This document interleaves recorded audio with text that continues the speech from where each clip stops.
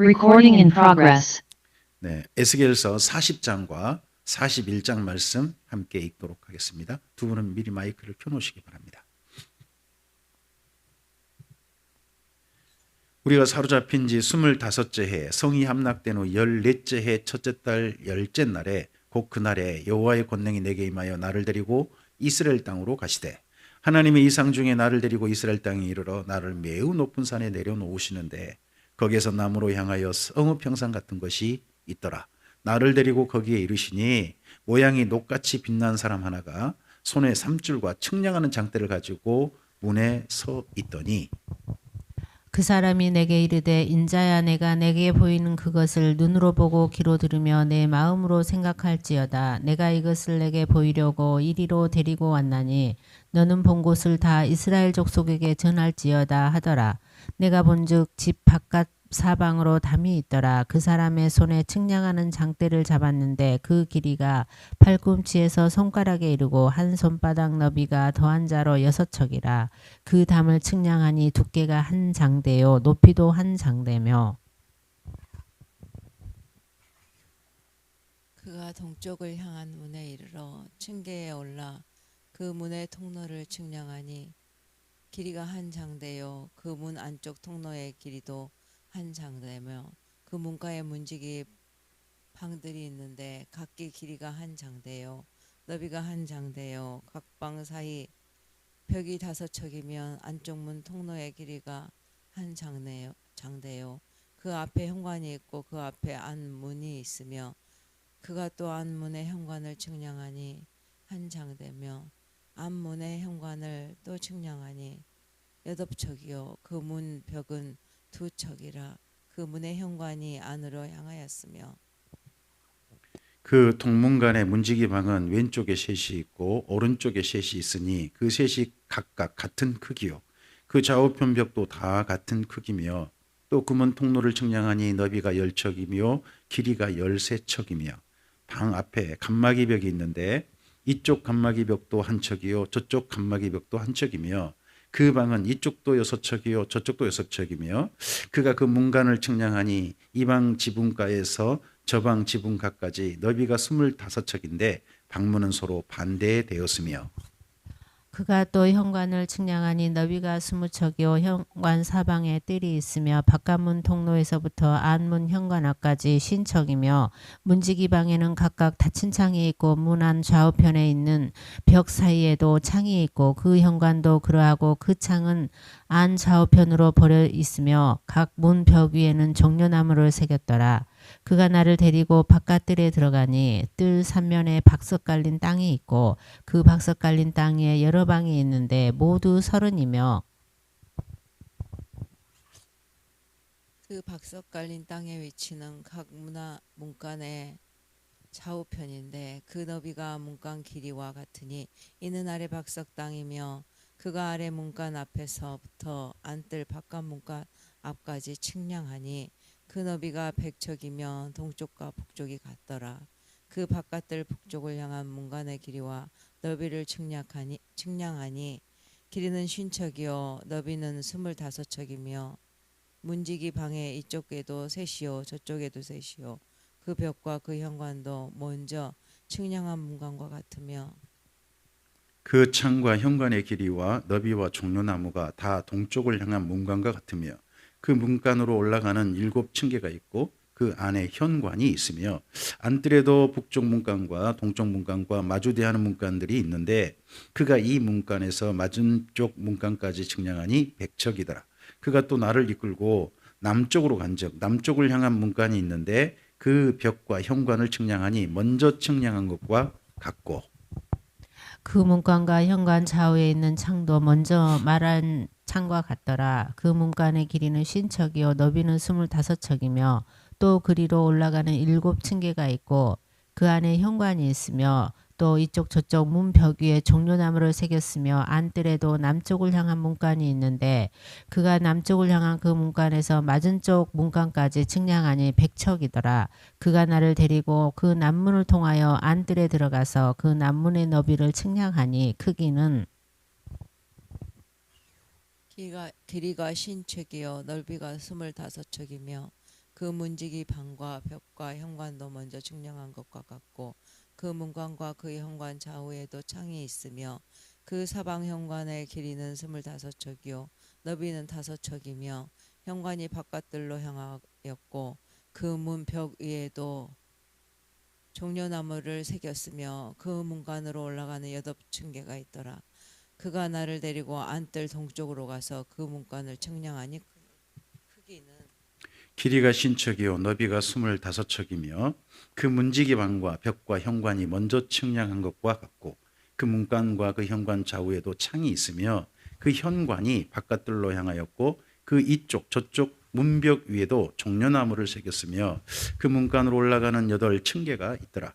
그가 또 나를 데리고 북문에 이르러 측량하니 크기는 길이가 신척이요 너비가 25척이며 그 문지기 방과 벽과 현관이 다 그리하여 그 좌우에도 창이 있으며 그 현관이 바깥들로 향하였고 그 이쪽 저쪽 문벽 위에도 종려나무를 새겼으며 그 문간으로 올라가는 8층계가 있더라.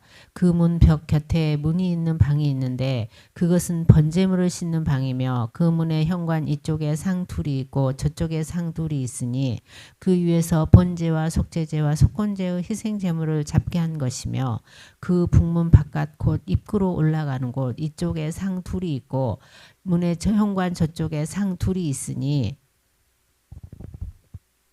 문 곁 이쪽에 상이 넷이 있고 저쪽에 상이 넷이 있어 상이 모두 8개라. 그 위에서 희생제물을 잡았더라.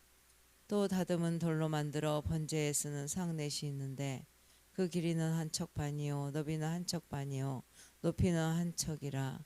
번제의 희생물을 잡을 때에 쓰는 기구가 그 위에 놓였으며 현관 안에는 길이가 손바닥 넓이만한 갈고리가 사방에 박혔으며 상들에는 희생 제물의 고기가 있더라.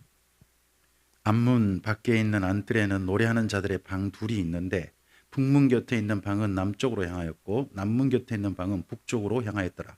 그가 내게 이르되 남쪽을 향한 이 방은 성전을 지키는 제사장들이 쓸 것이요 북쪽을 향한 방은 제단을 지키는 제사장들이 쓸 것이라. 이들은 레이의 후손 중 사독의 자손으로서 여호와께 가까이 나아가 수종 두는 자니라 하고 그가 또 그 뜰을 측량하니 길이는 100척이요 너비는 100척이라 네모 반듯하며 제단은 성전 앞에 있더라. 그가 나를 데리고 성전문 현관에 이르러 그 문의 좌우벽을 측량하니 너비는 이쪽도 5척이요 저쪽도 5척이며 두께는 문 이쪽도 3척이요 문 저쪽도 3척이며 그 현관의 너비는 20척이요 길이는 11척이며 문간으로 올라가는 층계가 있고 문벽 곁에는 기둥이 있는데 하나는 이쪽에 있고 다른 하나는 저쪽에 있더라.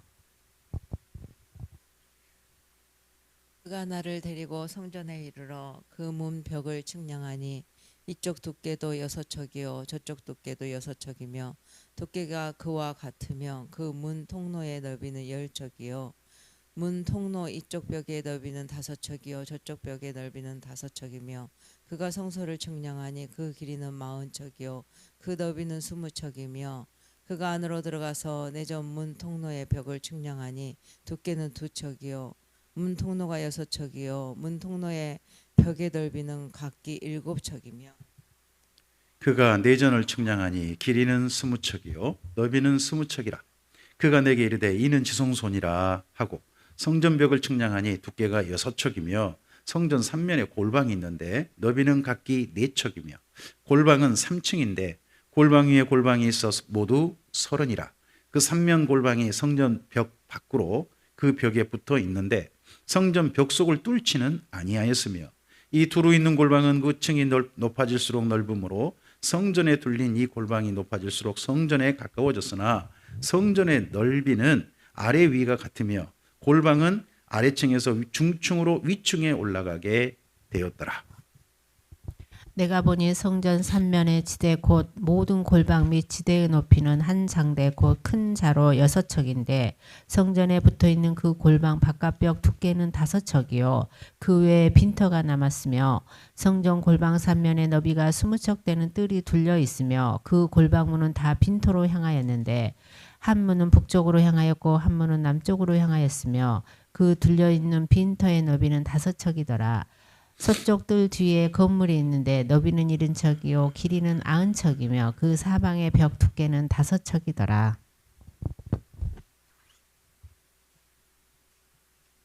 그가 성전을 측량하니 길이는 100척이요 또 서쪽 뜰과 그 건물과 그 벽을 합하여 길이는 100척이요 성전 앞면의 너비는 100척이요 그 앞 동쪽을 향한 뜰의 너비도 그러하며 그가 뒷뜰 너머 있는 건물을 측량하니 그 좌우편 회랑까지 100척이더라. 내전과 외전과 그 뜰의 현관과 문 통로벽과 닫힌 창과 삼면에 둘려있는 화랑은 문 통로 안쪽에서부터 땅에서 창까지 널판 자로 가렸고 창은 이미 닫혔더라.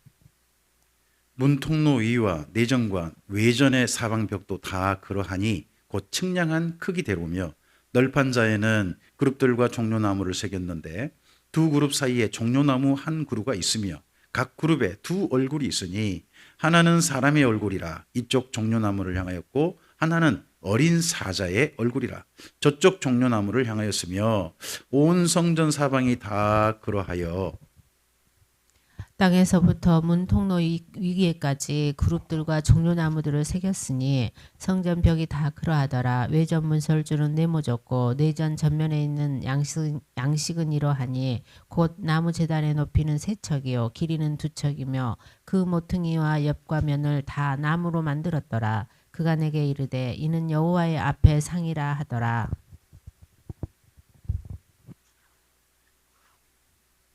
내전과 외전에 각기 문이 있는데 문마다 각기 두 문짝 곧 접는 두 문짝이 있어 이 문에 2짝이요 저 문에 2짝이며 이 성전문에 그룹과 종려나무를 새겼는데 벽에 있는 것과 같고 현관 앞에는 나무 디딤판이 있으며 현관 좌우편에는 닫힌 창도 있고 종려나무도 새겨져 있고 성전의 골방과 디딤판도 그러하더라. 아멘.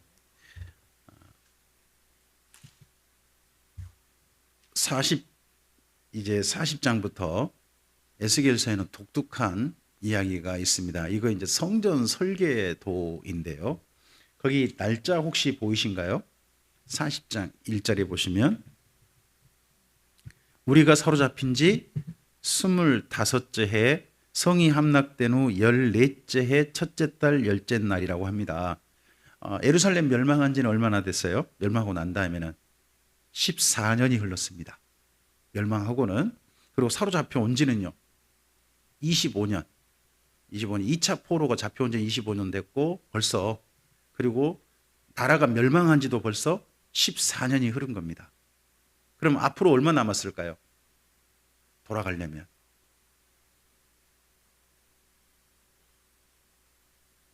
앞으로 돌아가려면 약 35년 남았습니다.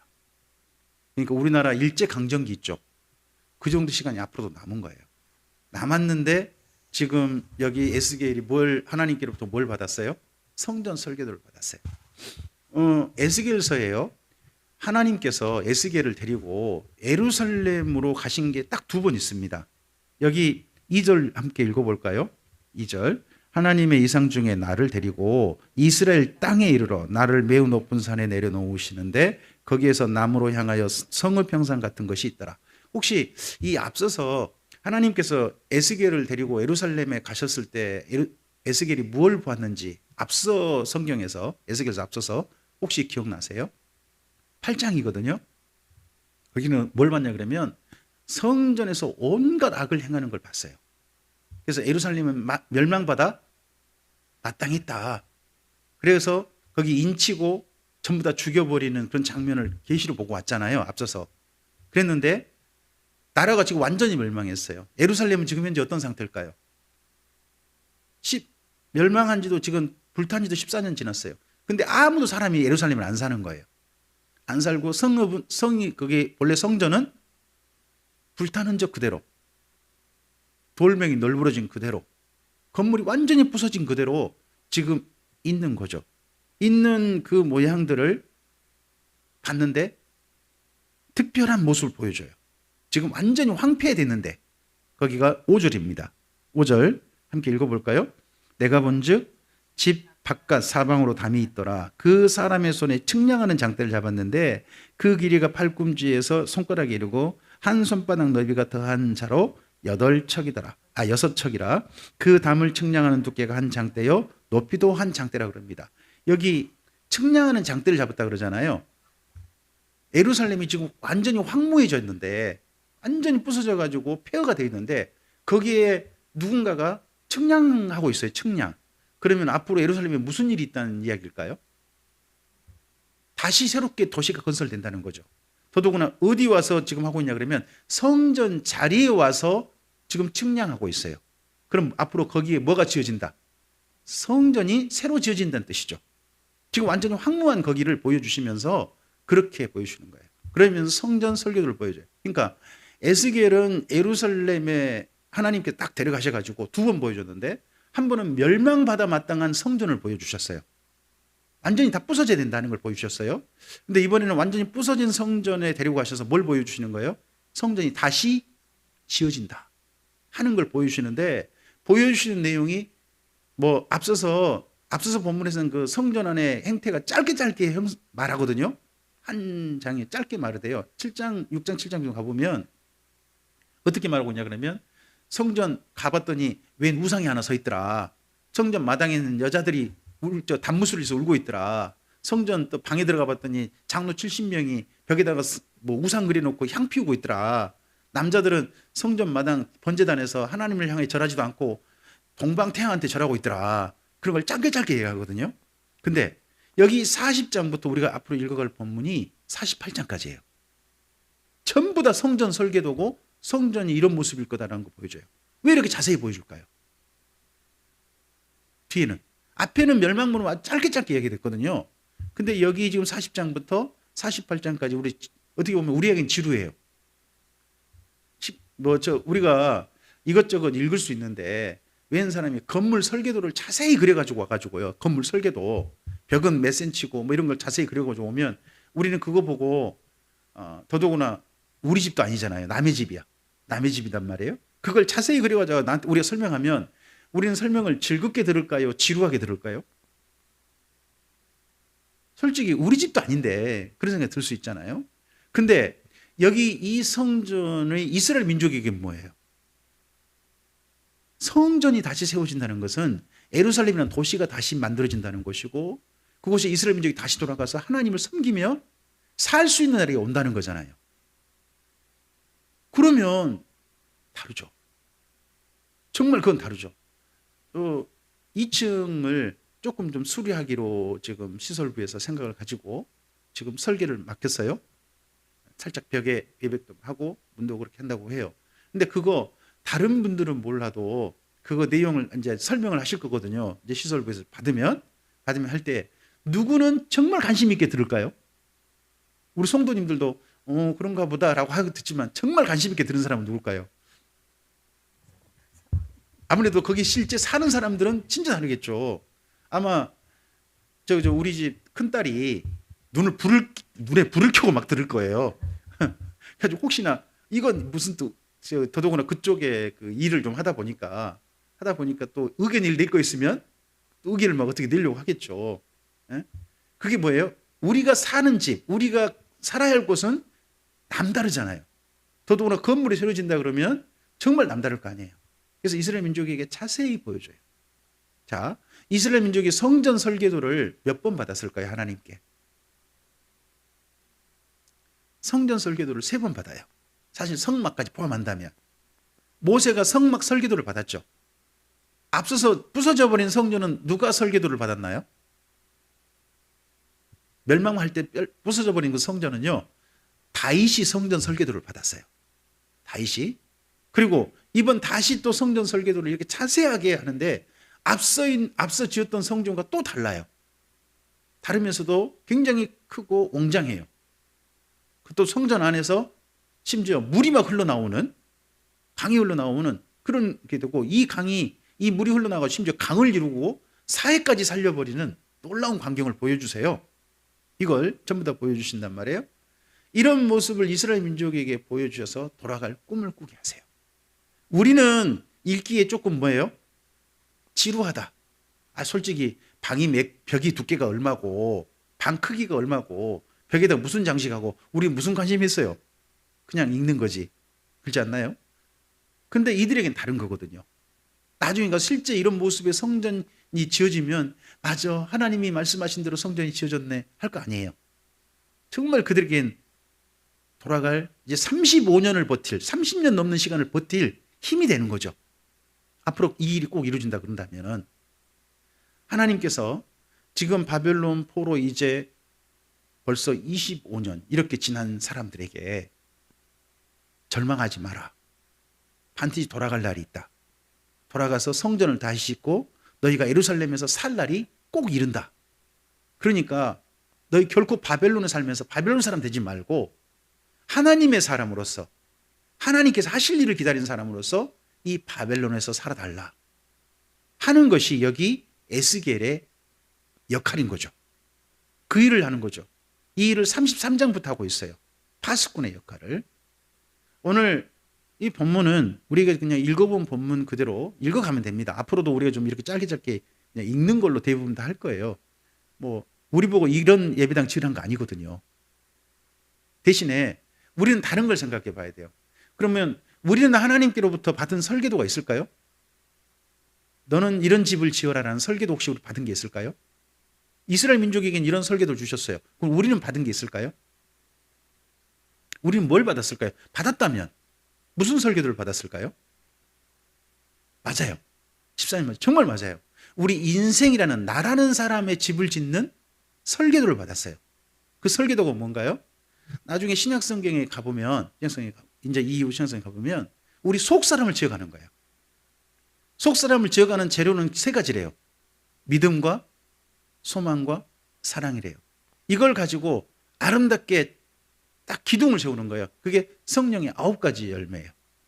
기둥을 세우고 거기에 층층이 재료들을 잘 사용해야죠. 그게 신의 성품에 참여하는 하나님을 닮아가는 거예요. 그리고 하나님 사람들에게 속사람을 잘 지어가는 거죠. 그래서 하나님 앞에 언젠가 섰을 때 정말 불에 타지 않는 아름다운 집으로 주님 앞에 서기를 바라는 게 신약성경 말씀입니다. 오늘 우리의 삶에 있어서 여기 에스겔서 이런 말씀도 잘 보면서 이걸 가지고 꿈을 가지고 앞으로 살았을 그 바벨론 땅에서 진짜 이스라엘 민족이 하나님의 사람들은 이 꿈을 가지고 이 말씀 반드시 하나님께서 이루어질 거라는 꿈을 가지고 살았을 이스라엘 민족을 좀 생각해 보셨으면 좋겠습니다. 아울러 이런 말씀과 함께 신약성경에서 오늘 우리에게 정말 지으라고 하는 인생의 집, 예수님 이후 우리에게 지으라고 하는 인생의 집에 대해서 다시 한번 생각해 보고 또 그런 말씀들을 살펴보고 나는 그런 인생의 집을 잘 지어가고 있는지 한번 또 점검해 보는 이 말씀이었으면 좋겠습니다. 좀 길게 앞으로 내용이 이어질 겁니다. 48장까지 가니까요. 본문을 계속 이렇게 읽어갈 것인데 그 읽어갈 때마다 남의 이야기로 듣지 마시고 이스라엘 민족의 꿈이 되는 이야기, 희망이 되는 이야기니까 그들에게 얼마나 즐거운 이야기였을까 하는 생각을 가지고 우리가 좀 들어보고 그리고 살펴보고 또 우리에게도 우리 인생의 집을 짓는 오늘의 시간들이 이렇게 꿈이 되고 즐거움이 되어지고 행복한 우리 인생의 집을 짓는 시간으로 우리의 삶을 사용할 수 있는 지혜가 이 말씀을 통한 깨달음이 우리에게 임했으면 좋겠습니다. 주의 선하신 은혜가 인생의 집을 잘 지어가는 예수님 안에 잘 지어가는 집사님 우리 모두에게 가득하기를 소원합니다. 기도하겠습니다. 하나님 아버지 감사합니다. 주의 말씀을 드렸습니다. 앞으로 여기 에스겔서 40장에서 48장까지 하나님의 성전 여호와 삼마 내가 너희와 함께 거하고 싶다 하시는 그 하나님의 성전 설계도를 에스겔이 바벨론 포로 중에 있는 이스라엘 민족에게 보여줍니다. 주님, 이 일을 통해서 앞으로의 정말 그들의 삶, 한 30년 정도 이제 남은 그들의 삶을 하나님 안에서 성실하게 바벨론 사람 결코 되지 않고 하나님의 사람 정체성을 잘 지켜내서 언젠가 돌아올 날을 이 가나안 땅으로 돌아갈 날을 그리고 성전을 다시 세운 날을 기다리고 있었을 이스라엘 민족을 기억할 수 있게 하옵소서. 그리고 오늘 우리 인생의 집을 잘 지어가면서 언젠가 우리를 만나러 오실 아니 우리가 꼭 만나야 될 예수님을 만날 날을 준비해가는 우리 자신도 다시 한번 점검할 수 있게 하옵소서. 우리는 이스라엘 민족이 짓는 집은 우리가 질 일은 없지만 우리 인생의 집을 잘 짓는 일은 우리에게 맡겨주신 일이오니, 이런 말씀을 통해서 나는 예수님과 함께 만날 그날 주님 앞에 보여드릴 내 인생의 집을 어떻게 지어가고 있는지를 늘 이런 말씀을 통해서 살펴볼 수 있도록 내 자신을 점검하고 더욱더 인생의 집을 잘 지어가는 기회가 되도록 하나님 우리를 인도해 주시옵소서. 의지하오며 예수님 이름으로 기도합니다. 아멘.